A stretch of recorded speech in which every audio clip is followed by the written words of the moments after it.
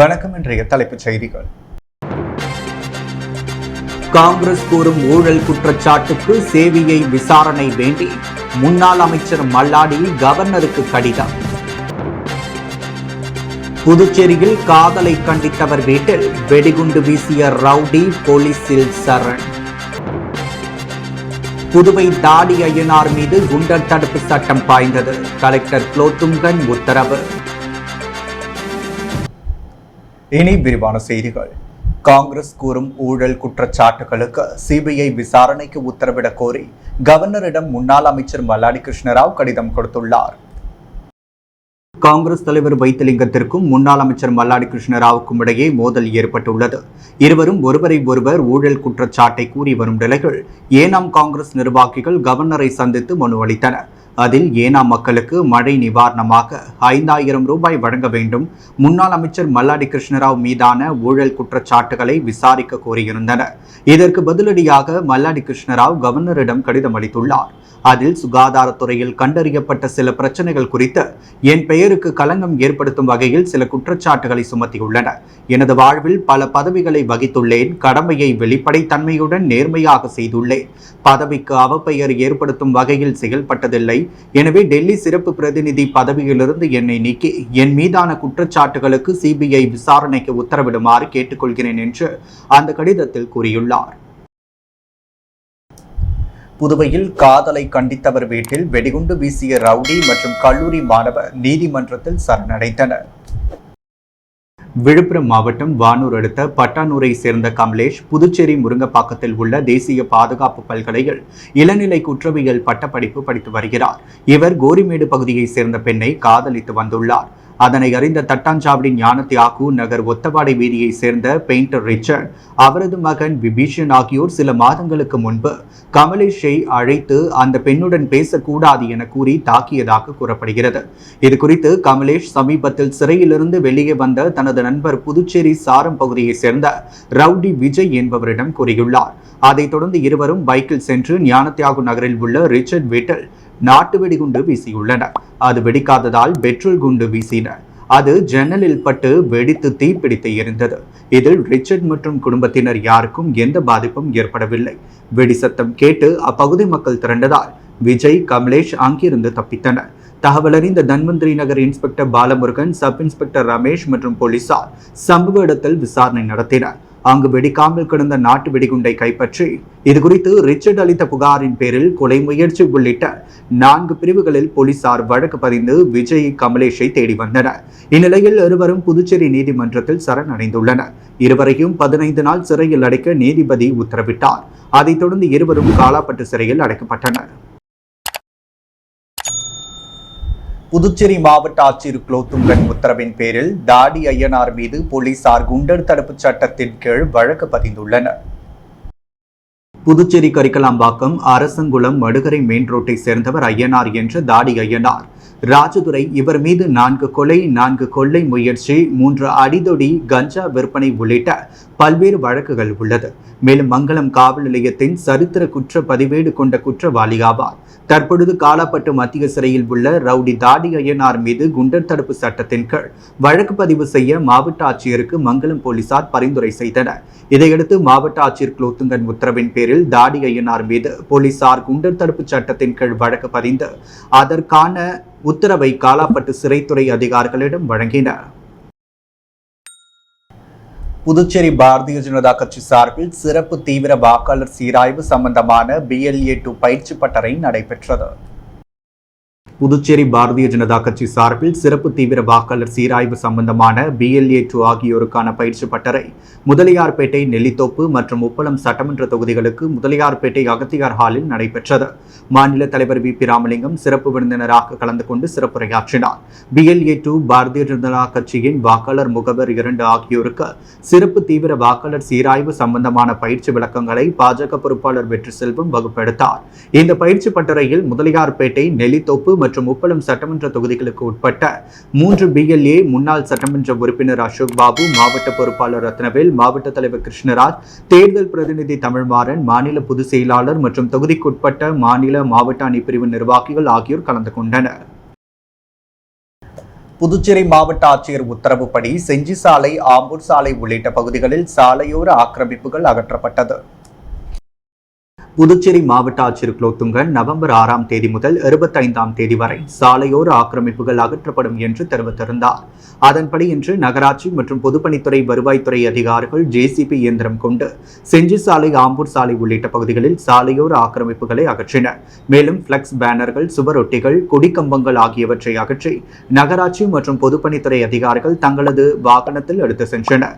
இதில் சுமார் 50க்கும் மேற்பட்ட ஊழியர்கள் ஈடுபடுத்தப்பட்டுள்ளனர். பெரிய கடை போலீசார் பாதுகாப்பு பணியில் ஈடுபட்டனர். புதுவையில் பிரெஞ்சு குடியுரிமை பெற்றவரின் சொத்துக்களை பாதுகாக்க வலியுறுத்தி சோசியலிஸ்ட் கம்யூனிஸ்ட் கட்சி சார்பில் கண்டன ஆர்ப்பாட்டம் நடைபெற்றது. பிரெஞ்சு குடியுரிமை பெற்ற மக்களின் சொத்துக்களை பாதுகாக்கவும், பிரெஞ்சு குடியுரிமை பெற்ற முதியவர் சொத்தை ஈன கிரயம் கேட்டு மிரட்டிய மேனாள் அமைச்சர் SP சிவகுமார், அவரது மனைவி சித்ரா, அவரது மகன் CS ஆனந்தராஜ் ஆகிய மூவர் மீது கொடுத்த புகார் மீது உரிய நடவடிக்கை எடுக்க இந்திய அரசாங்கத்துக்கு அழுத்தம் கொடுக்க வேண்டி பிரெஞ்சு தூதரகம் முன்பு இன்று சோசியலிஸ்ட் கம்யூனிஸ்ட் கட்சி சார்பில் கண்டன ஆர்ப்பாட்டம் நடைபெற்றது. வழக்கறிஞர் லெனின் துரை தலைமையில் நடைபெற்ற இந்த ஆர்ப்பாட்டத்தில் ஏராளமான நிர்வாகிகள் பலர் கலந்து கொண்டு கோஷங்களை எழுப்பினர். நடவடிக்கை எடுக்காவிட்டால் முன்னாள் அமைச்சர் SP சிவகுமாரின் வீட்டு முன்பு போராட்டம் நடத்துவோம், மேலும் சென்னையில் உள்ள அண்ணா அறிவாலயத்தை முற்றுகையிட்டு போராட்டம் நடத்துவோம் எனவும் அவர்கள் எச்சரித்தனர். கடலூர் மண்டல வருமான வரி ஓய்வூதியர் சங்கம் புதுச்சேரியில் துவங்கப்பட்டுள்ளது. டெல்லியை தலைமையிடமாக கொண்டு செயல்படும் வருமான வரி ஓய்வூதியர் சங்கத்தின் கிளை தமிழகத்தில் மதுரை, கோவை, சேலம், திருச்சி மற்றும் திருநெல்வேலி ஆகிய 5 மண்டலங்கள் உள்ளது. தற்பொழுது 6வது மண்டலமாக கடலூர், விழுப்புரம், கள்ளக்குறிச்சி மற்றும் புதுச்சேரி மாவட்டங்களை இணைத்து கடலூர் மண்டல வருமான வரி ஓய்வூதியர் சங்க துவக்க விழா புதுச்சேரி வள்ளலார் சாலையில் உள்ள செல்வநாதன் திருமண மண்டபத்தில் நடைபெற்றது. நிகழ்ச்சிக்கு சங்க செயலாளர் கணேசன் வரவேற்றார். மண்டல தலைவர் மணிமாறன், சென்னை வருமான வரி அதிகாரிகள், சங்க தலைவர் கண்ணன், ஓய்வூதியர் சங்க தலைவர் கணேஷ் பாபு, ஓய்வூதிய தேசிய ஒருங்கிணைப்பு குழு நடராஜன், ஓய்வூதியர் சங்க பொதுச் செயலாளர் பெருமாள் ஆகியோர் குத்துவிளக்கேற்றி சங்கத்தை துவக்கி வைத்து பேசினர். ஓய்வூதிய தேசிய ஒருங்கிணைப்பு குழு செயலாளர் ராதாகிருஷ்ணன் சிறப்புரையாற்ற கடலூர் மண்டல துணைத் தலைவர் முருகன் நன்றி கூறினார்.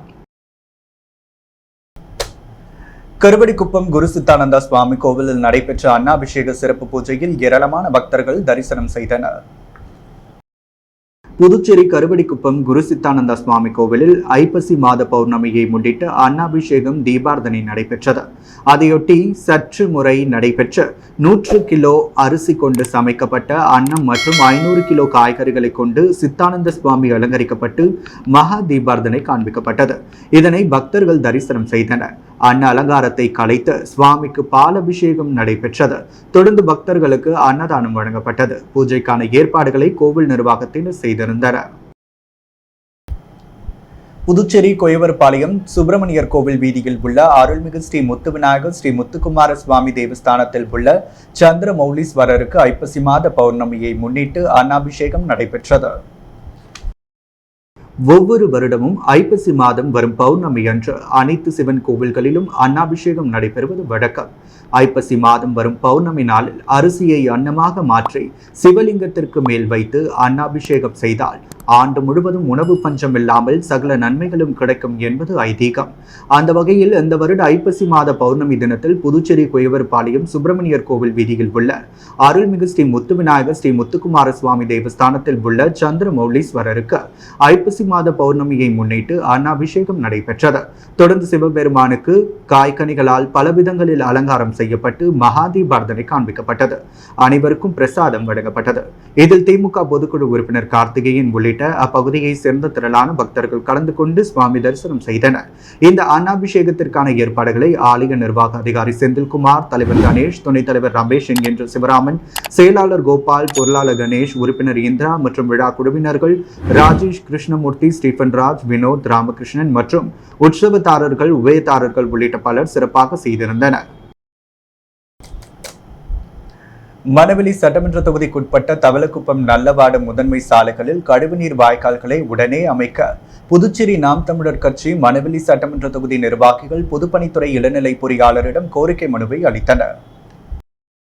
புதுச்சேரி மணவெளி சட்டமன்ற தொகுதிக்குட்பட்ட தவளக்குப்பம், நல்லவாடு முதன்மை சாலைகளில் செல்லும் பிரதான சாலையின் இருபுறமும் நீண்ட நாட்களாக கழிவுநீர் வாய்க்கால் அமைத்து தர வலியுறுத்தி 2021ஆம் ஆண்டு முதல் மணவெளி சட்டமன்ற தொகுதி நாம் தமிழர் கட்சியினர் தொடர்ச்சியாக பல முறை கோரிக்கை மனுவை வழங்கி வந்த நிலையில் தற்பொழுது அரசு அந்த பகுதிகள் கழிவுநீர் வாய்க்காலை அமைக்காமல் சாலை போடுவதற்கான பணிகளை புதுச்சேரி அரசு பொதுத்துறை துவங்கியுள்ளது.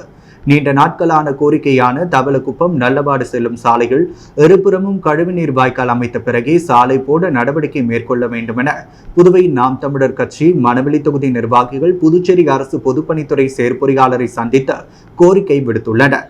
நாம் தமிழர் கட்சி நிர்வாகிகள் கோரிக்கைகளை கேட்டறிந்து கழிவுநீர் வாய்க்கால் போடுவதற்காக 3,26,00,000 ரூபாய் ஒதுக்கப்பட்டு புதுச்சேரி அரசாணை வெளியிட்டுள்ளதாகவும் விரைந்து கழிவுநீர் வாய்க்கால் அமைத்த பிறகு சாலை போட முயற்சிக்கின்றோம் என்று இளநிலை பொறியாளர் வாக்குறுதி அளித்தார். இந்நிகழ்வில் நாம் தமிழர் கட்சி மணவெளி தொகுதி நிர்வாகிகள் இளங்கோவன், கோகுல் கிருஷ்ணன், தனசேகரன், முகுந்தன், பாலன், தமிழ்ச்செல்வி, ஆரோக்கியசாமி, வினோத், பவி, நிலேந்திரன், சூர்யா, காளிதாசன், ஜெயராஜ், ஜீவா, சுந்தரவடிவேலு, வீராசாமி, ரமேஷ் உள்ளிட்ட பலர் பங்கேற்றனர்.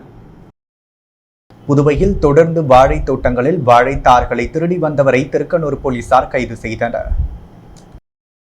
புதுச்சேரியை அடுத்த திருக்கனூர் சுற்றுவட்டார பகுதிகளான மண்ணடிப்பட்டு, கூனிச்சம்பட்டு, செட்டிப்பட்டு, கொடாத்தூர் உள்ளிட்ட பகுதிகளில் உள்ள விவசாய நிலங்களில் பெருமளவு வாழை பயிரிடப்பட்டுள்ளது.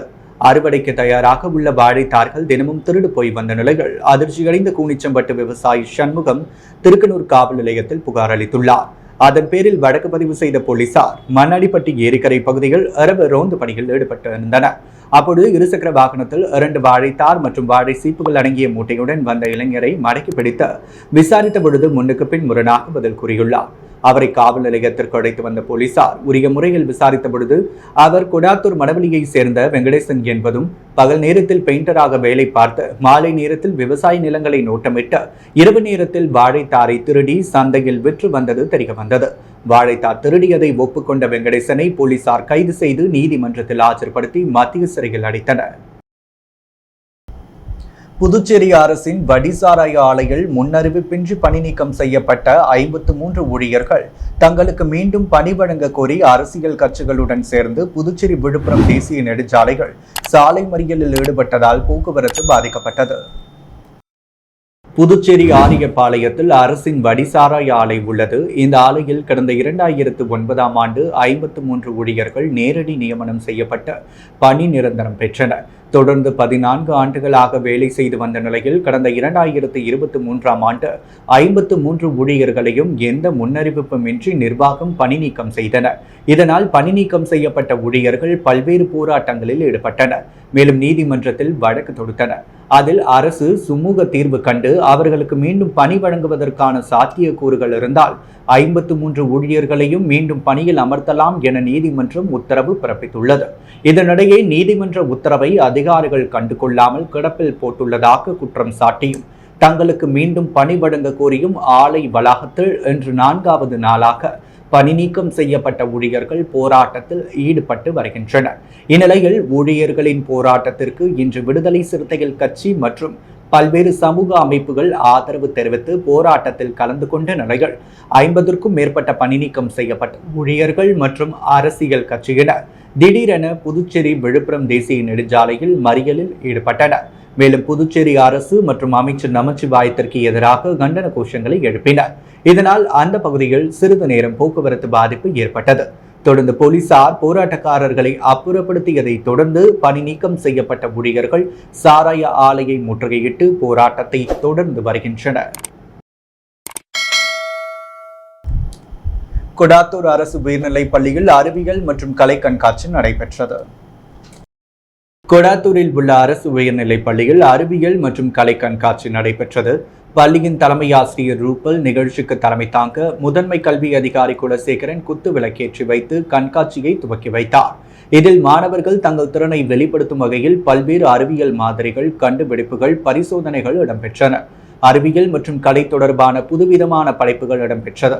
இது மாணவர்களின் அறிவியல் மற்றும் கலை தொடர்பான அறிவை வளர்க்கவும் புதிய விஷயங்களை கற்றுக்கொள்ளவும் சிறந்த வாய்ப்பாக அமைந்தது. கண்காட்சியில் நடுவராக பட்டதாரி ஆசிரியர் சபரிநாதன் கலந்து கொண்டார்.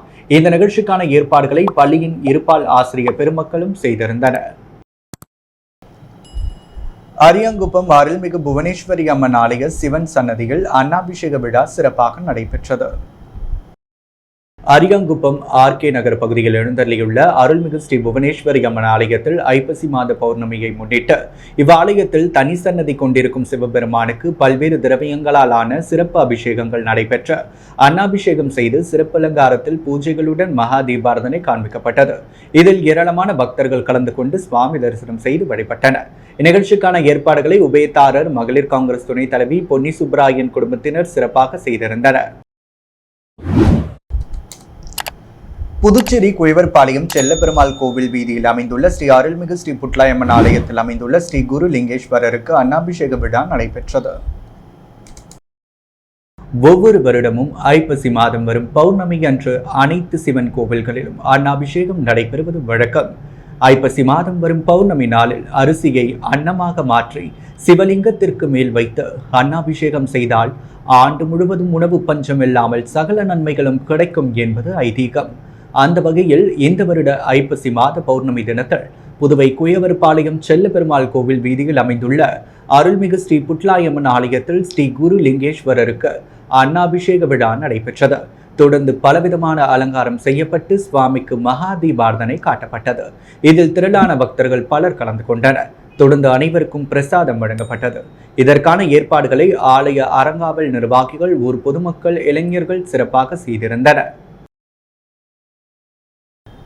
புதுச்சேரி விவேகானந்தா நகரில் உள்ள வலமுரி செல்வ விநாயகர் ஆலயத்தில் ஐப்பசி மாத பௌர்ணமியை முன்னிட்டு அன்னாபிஷேகம் நடைபெற்றது. புதுச்சேரி கதிர்காமம் தொகுதியில் உள்ள விவேகானந்த நகர் வலமுரி செல்வ விநாயகர் ஆலயத்தில் உள்ள விஸ்வநாத சுவாமிக்கு ஐப்பசி மாத பௌர்ணமியை முன்னிட்டு மூலவருக்கு அன்ன அலங்காரம் மகா தீபாரதனை நடைபெற்றது. விழாவில் கலந்து கொண்ட பக்தர்கள் அனைவரும் விஸ்வநாத சுவாமி மீது சாற்றப்பட்ட அன்னம் மற்றும் காய்கறிகள் பிரசாதமாக வழங்கப்பட்டது. தவளக்குப்பம் அருகே இடையார்பாளையம் அருள்மிகு ஜலகண்டீஸ்வரர் ஆலயத்தில் அன்னாபிஷேக விழா என்ஆர் காங்கிரஸ் தொகுதி தலைவர் குமரேசன் தலைமையில் சிறப்பாக நடைபெற்றது. காலை மூலவர் ஜலகண்டீஸ்வரருக்கு பால், தயிர், தேன், இளநீர், பழங்கள் உள்ளிட்ட பல்வேறு திரவியங்களால் ஆன சிறப்பு அபிஷேகங்கள் நடைபெற்ற மகா அன்னாபிஷேகம் நடைபெற்றது. இதில் வெண்டைக்காய், கத்தரிக்காய், புடலங்காய், கொத்தவரங்காய், கேரட், தக்காளி உள்ளிட்ட காய்கறி மற்றும் பழ வகைகளால் லிங்க திருமேனியில் சிறப்பு அலங்காரம் செய்யப்பட்டு திருவாசகம், சிவபுராணங்கள், அடியார்கள் பாராயணம் செய்ய சிறப்பு பூஜைகளுடன் மகா தீபாரதனைகள் காண்பிக்கப்பட்டது. உபயதாரரான மணவெளி சட்டமன்ற தொகுதி என்ஆர் காங்கிரஸ் கட்சியின் தொகுதி தலைவரும் KK டிராவல்ஸ் உரிமையாளருமான குமரேசன் தலைமையில் நடைபெற்ற விழாவில் ஏராளமான பக்தர்கள் கலந்து கொண்டு சுவாமி தரிசனம் செய்து வழிபட்டனர். தொடர்ந்து லிங்க திருமேனியின் அலங்கரித்த அன்ன அபிஷேகத்தை கலைத்து பக்தர்கள் அனைவருக்கும் அருள் பிரசாதமாக வழங்கப்பட்டது. புதுச்சேரி குருமாம்பேட் பகுதியில் எழுந்தருளியுள்ள ஸ்ரீ யோகமாயா லலிதாம்பிகை ஸ்ரீ மகா சாம்ராஜ்ய லலிதாம்பிகை ஆலயத்தில் ஐப்பசி மாத பௌர்ணமியை முன்னிட்டு அம்மனுக்கு மகா அபிஷேகம் மற்றும் மகா தீபாரதனை நடைபெற்றது. இதில் திரளான பக்தர்கள் பங்கேற்று அம்மனை வழிபட்டு சென்றனர். புதுச்சேரி குருமாம்பேட் பகுதியில் அமைந்துள்ளது ஸ்ரீ யோக மாயா லலிதாம்பிகை மற்றும் ஸ்ரீ மகா சாம்ராஜ்ய லலிதாம்பிகை திருக்கோவில். இந்த திருக்கோவிலில் ஐப்பசி மாத பௌர்ணமியை முன்னிட்டு ஸ்ரீ லலிதா மகா யாகம் நடைபெற்றது. தொடர்ந்து மகா சாம்ராஜ்ய லலிதாம்பிகை மற்றும் ஸ்ரீ யோகமாயா லலிதாம்பிகைக்கு பால், தயிர், சந்தனம், திருநீர், திருமஞ்சனம், குங்குமம் உள்ளிட்ட பல்வேறு வாசனை திரவியங்கள் கொண்டு மகா அபிஷேகம் செய்யப்பட்டு தொடர்ந்து யாகசாலையில் வைக்கப்பட்ட கலச நீரால் அம்மனுக்கு சிறப்பு அபிஷேகம் செய்யப்பட்டது. தொடர்ந்து அலங்கரிக்கப்பட்ட உற்சவருக்கு சோடச தீபாரதனை காட்டப்பட்டது. உட்புறப்பாடு நடைபெற்று பஞ்சமுக தீபாரதனை காட்டப்பட்டது. தொடர்ந்து நீல நிறப்பட்டில் அலங்கரிக்கப்பட்ட ஸ்ரீ மகா சாம்ராஜ்ய லலிதா மற்றும் ஸ்ரீ யோகமாயா லலிதாம்பிகைக்கு சஹஸ்ரநாமம் பாடப்பட்டு மகா தீபாரதனை காட்டப்பட்டது. இதில் பக்தர்கள் பலரும் கலந்து கொண்டு லலிதாம்பிகை அம்மனை வழிபட்டு சென்றனர். புதுவையில் இன்றைய தங்கம் மற்றும் வெள்ளி விலை நிலவரம். முத்து கோல்ட் ஹவுஸ் வழங்கும் தங்கம் மற்றும் வெள்ளி விலை நிலவரம். தங்கம் 1 கிராம் 11,175 ரூபாய். வெள்ளி 1 கிராம் 161 ரூபாய். மீண்டும் இன்றைய முக்கிய செய்திகள். காங்கிரஸ் கூறும் ஊழல் குற்றச்சாட்டுக்கு CBI விசாரணை வேண்டி முன்னாள் அமைச்சர் மல்லாடி கவர்னருக்கு கடிதம். புதுச்சேரியில் காதலை கண்டித்தவர் வீட்டில் வெடிகுண்டு வீசிய ரவுடி போலீசில் சரண். புதுவை தாடி ஐயனார் மீது குண்டர் தடுப்பு சட்டம் பாய்ந்தது. கலெக்டர் குலோத்துங்கன் உத்தரவு. புதுவை திருக்கனூரில் தொடர்ந்து வாழைத்தார்களை திருடி வந்த பெயிண்டர் கைது. ஆரியபாளையம் வடிசாராய ஆலையில் பணி நீக்கம் செய்யப்பட்ட ஊழியர்கள் மீண்டும் பணி வழங்க வலியுறுத்தி சாலை மறியல். இத்துடன் நெஸ் மீடியாவின் செய்திகள் நிறைவடைகின்றன. வணக்கம்.